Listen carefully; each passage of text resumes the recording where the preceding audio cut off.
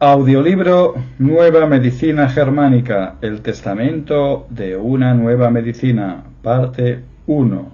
Autor, Dr. Rike Hirdhammer, doctor en medicina y teólogo. Las 5 leyes biológicas de la naturaleza, fundamento de toda la medicina. Los programas biológicos sensatos especiales de la naturaleza. Música Melodía arcaica, Mein Studentenmädchen, compuesta por el Dr. Rike Hirdhammer. Capítulo 24. Locución Josep María Subirà i Vallès, divulgador, escritor y facilitador de salud. 14. El conflicto en suspenso o el conflicto en equilibrio. Con el ejemplo de psicosis y de parálisis motora o sensorial.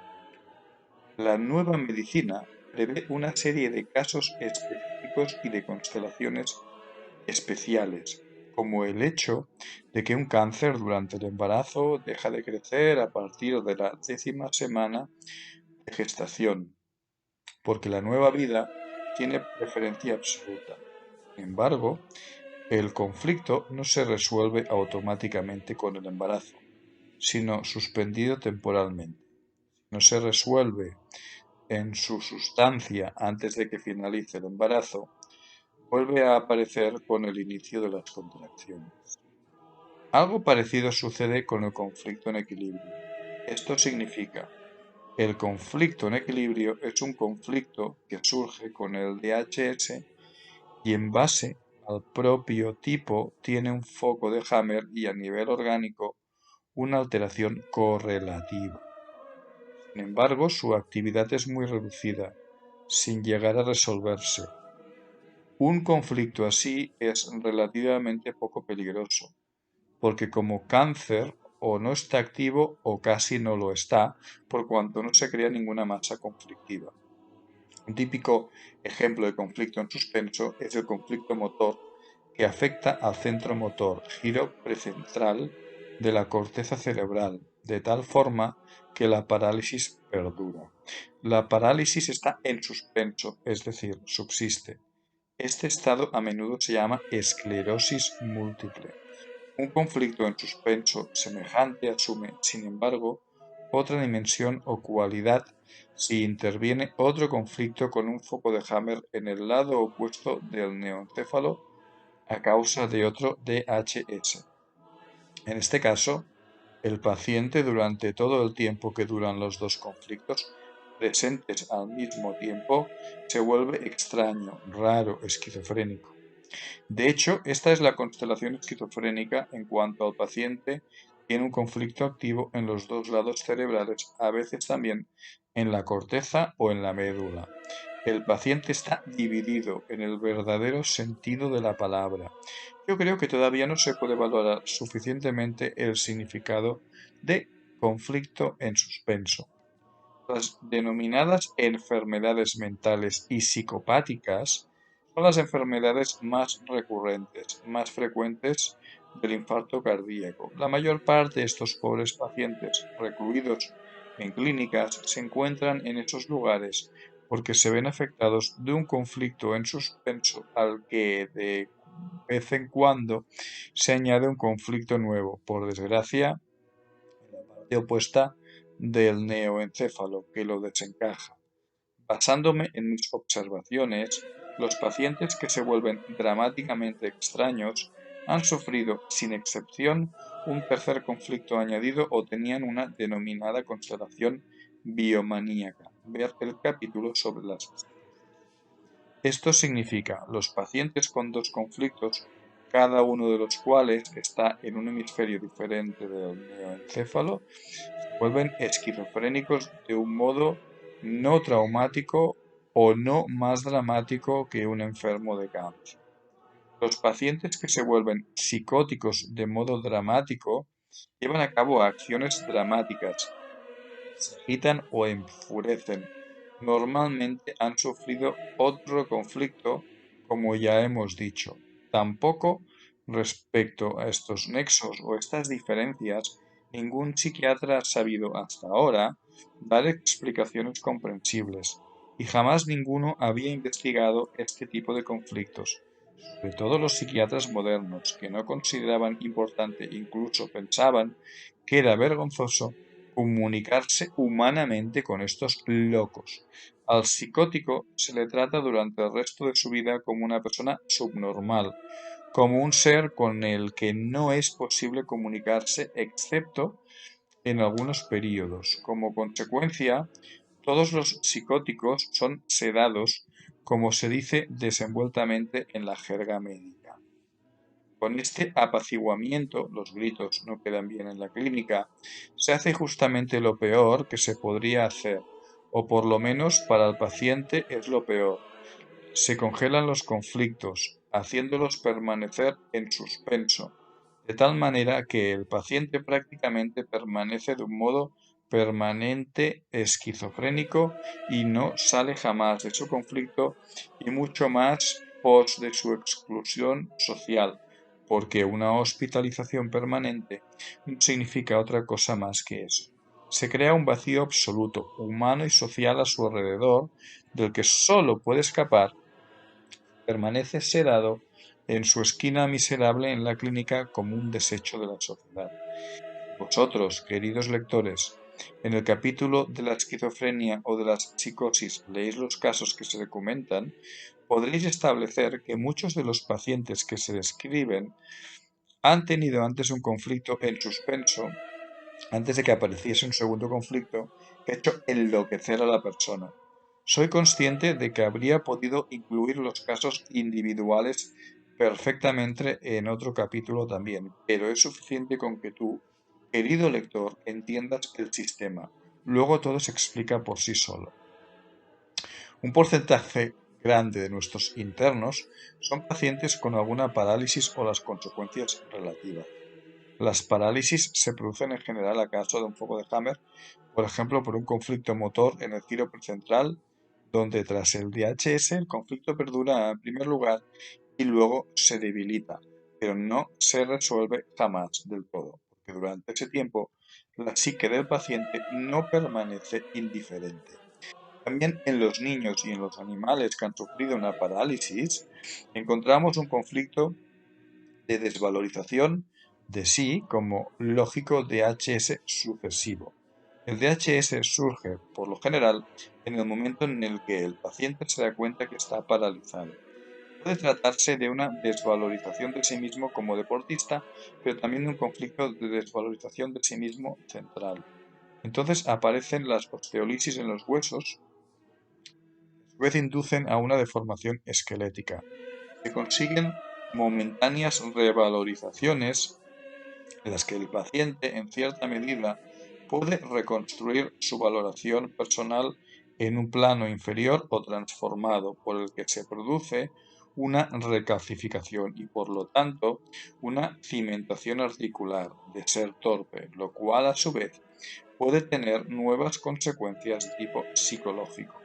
Querer corregir con intervenciones quirúrgicas las deformaciones óseas como la escoliosis, etcétera, que es un resultado de un largo proceso psicocerebral orgánico, es algo muy problemático, por lo menos en tanto que no nos hayamos ocupado de la evolución del proceso, es decir, de la psique del paciente. De esta manera, nuestros torpes siguen vagando tormentosamente en estas clínicas. Un suceso que al comienzo podía ser resuelto fácilmente se vuelve tras varias recaídas de proporciones catastróficas. Considera el tipo de médicos que estas pobres personas necesitan, no cuadra el tipo actual de médicos arrogantes y millonarios que presuntuosamente, con la frente bien alta, pasan por la habitación del paciente circundados por su séquito, llamados asistentes, que miran con aire profesional y asienten cada una de las palabras del soberano.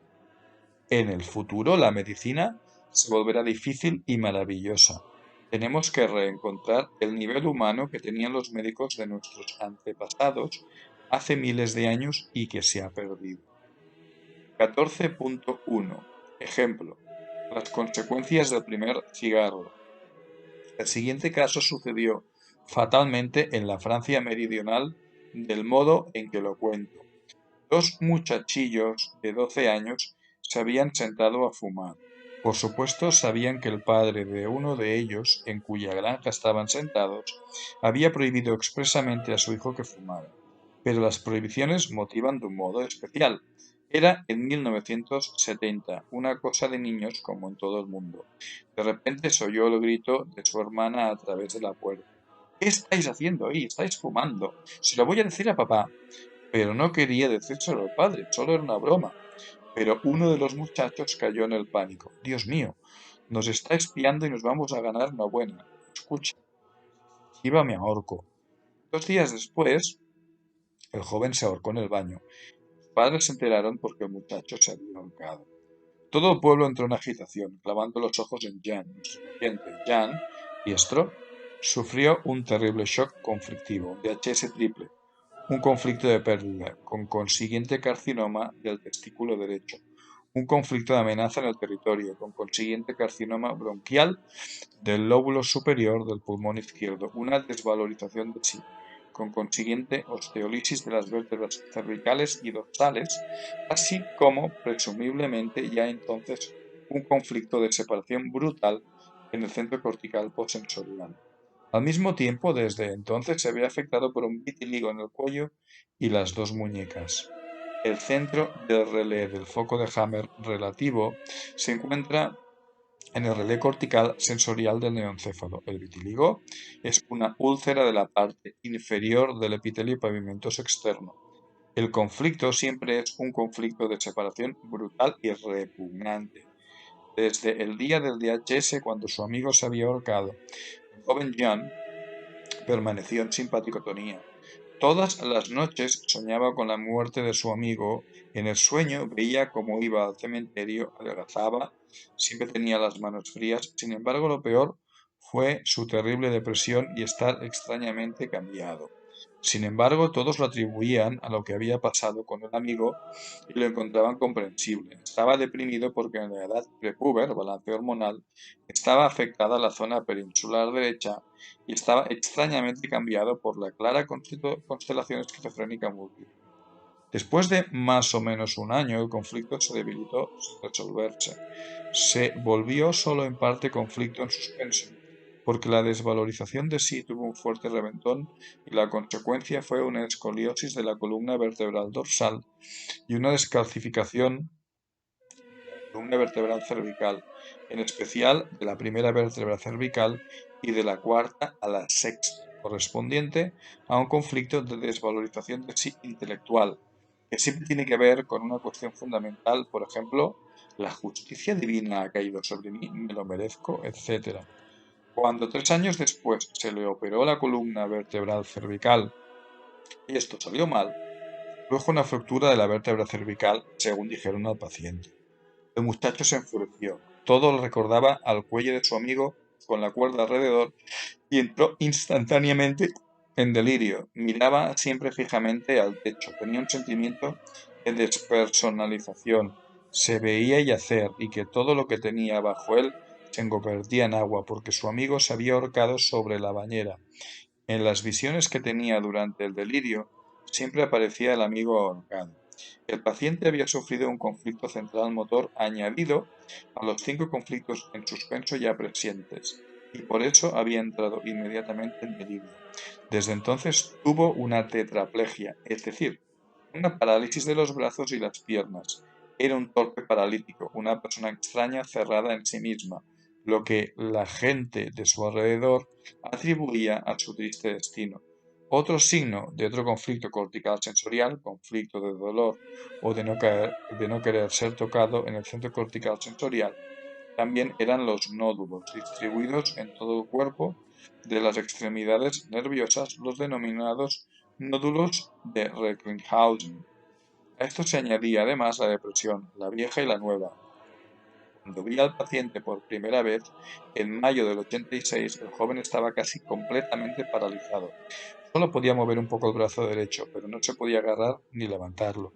Vino a mí como un último intento, porque ya ningún médico sabía qué hacer.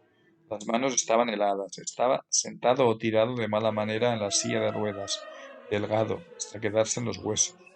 Nos pasamos algunas horas hablando, lo que hasta entonces no había hecho ningún doctor.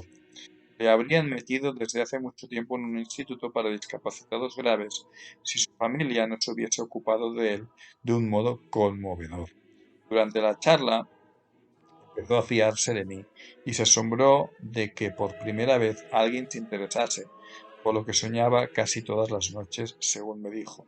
Lo del suicidio de su amigo hacía 16 años y sucedió el milagro.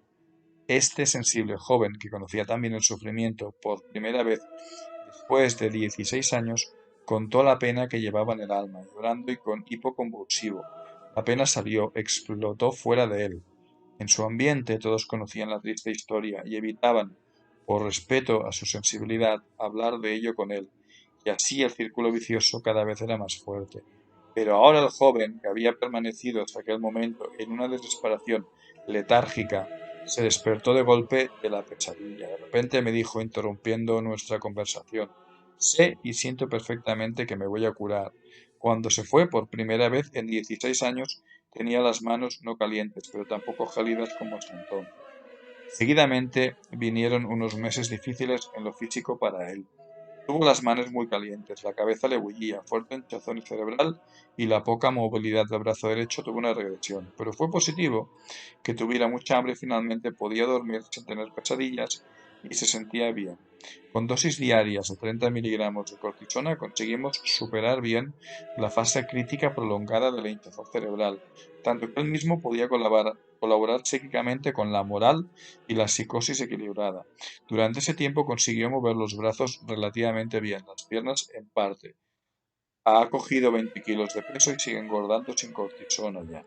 Como ya hemos dicho, se siente grande. En realidad, deberían pasar otros 6 meses antes de hacer el intento de dar los primeros pasos, pero el milagro no es más pequeño porque requiera de un poco más de tiempo. También psíquicamente el paciente tiene la moral bien alta porque sus psicosis, depresión esquizofrenia lo han abandonado como si siempre hubiese sido el hombre más normal del mundo. Sigue estando flaco y cansado y seguramente lo estará durante otros meses, aunque ahora ya no necesita cortisona. No espero los honores por este caso milagroso, si he de decir la verdad. He solamente cumplido el sistema. Sus padres y mis amigos en Francia, que se han aplicado con sacrificio por este paciente tan grato, han creado juntos un maravilloso clima de trabajo y de confianza para que la pequeña planta pudiese crecer.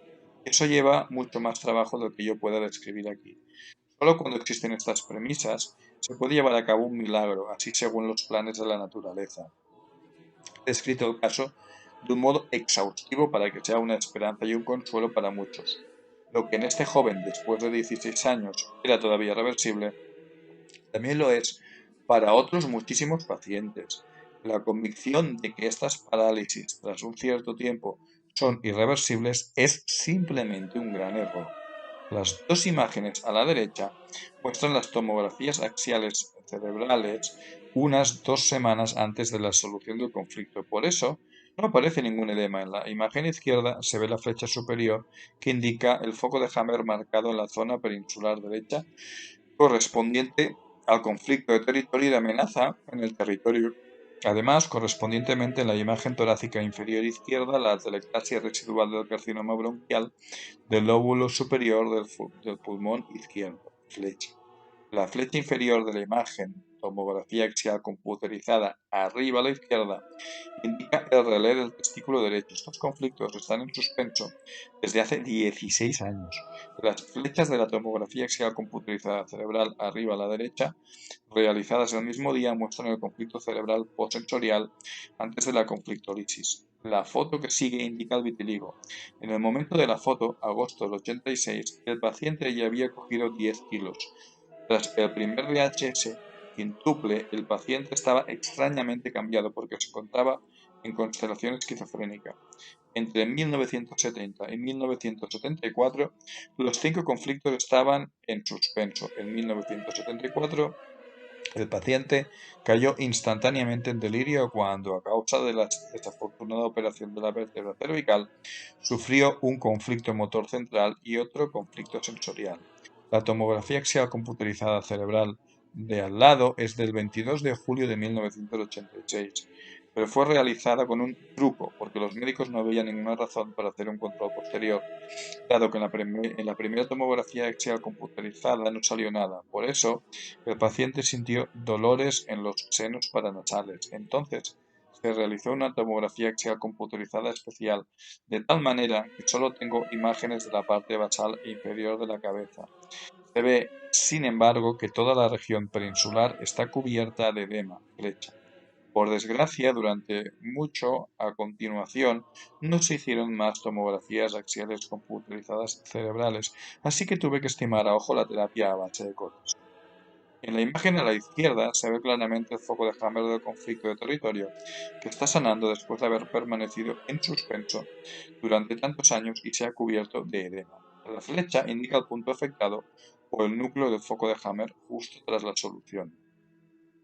En la foto de la derecha están los focos de Hammer peninsulares del conflicto de territorio y de amenaza en el territorio que suben hasta la corteza.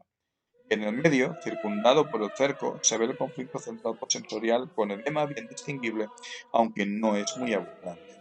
Las imágenes siguientes laterales del cráneo muestran el apoyo insertado en 1974. Sin embargo, entonces se rompió la apófisis espinal del epistrofio. Antes de la operación, se le dijo al paciente que se preveía una fractura por compresión del atlas, lo que habría podido causar una parálisis instantánea por recisión medular, lo que volvía la operación indispensable.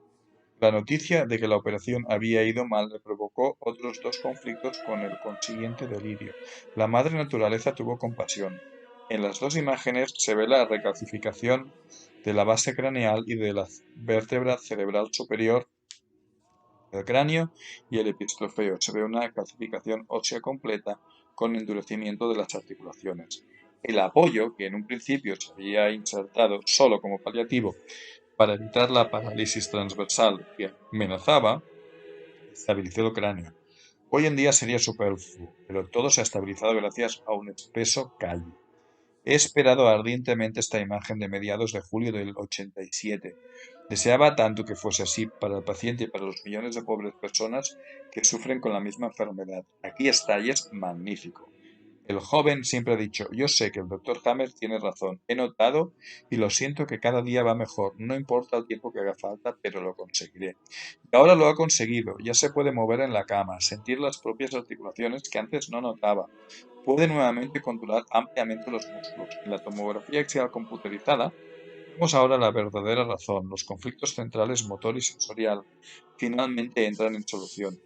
Sabíamos todos que tenía que ser así, porque jamás me creí lo de la historia de la parálisis transversal. De hecho, siempre se tiene una excusa lista. Los informes con los conflictos eran demasiado claros. ¿No os corre un escalofrío por la espalda si pensáis, queridos lectores, las consecuencias mundiales que tiene lo que se ha descubierto? Que después de tantos años todavía se pueda resolver un conflicto y que la inervación pueda todavía funcionar. Es un milagro de verdad. Sin embargo, tengo que frenar un poco vuestras esperanzas. No todos los jóvenes tienen una moral tan sorprendente como este muchacho. Es un camino largo, de hecho una persona así no tiene nada que perder jamás. Sin embargo, el retomar la función cerebral no está exento de problemas. Surgen hiperestesias, dolores de cabeza, fiebre, etc. En estos casos, siempre tenéis que proceder como un investigador criminal, informándoos con precisión de cuándo se ha manifestado esa parálisis. No se puede liquidar simplemente como parálisis transversal o contusión de las raíces de los nervios, todo eso que no se puede explicar. También es posible, en muchos años incluso probable, que los niños que vengan al mundo con una parálisis hayan sufrido un grave DHS conflictivo en fase intrauterina que ha golpeado en el centro motor. Siempre tiene que tratarse de un conflicto de miedo de ser embrujado o de ser prisionero, que causa una parálisis de la motricidad. Eso no tiene nada que ver con la inteligencia o con la reflexión consciente. Se produce de un modo casi semiautomático en una fracción de segundo. Para un cierto tipo de DHS conflictivo, el individuo, hombre o animal, reacciona con un determinado tipo de parálisis del ser inmovilizado, justo porque se ve afectado el correspondiente centro cerebral. Naturalmente, preguntaréis al momento, sí, pero ¿cómo se puede salir del conflicto efectivo tras un periodo largo? Es verdad que no es con una reunión amigable, sino a menudo tras un duro trabajo de investigación minuciosa. Normalmente ya se sabe algo, es decir, se sabe de qué conflicto se trata.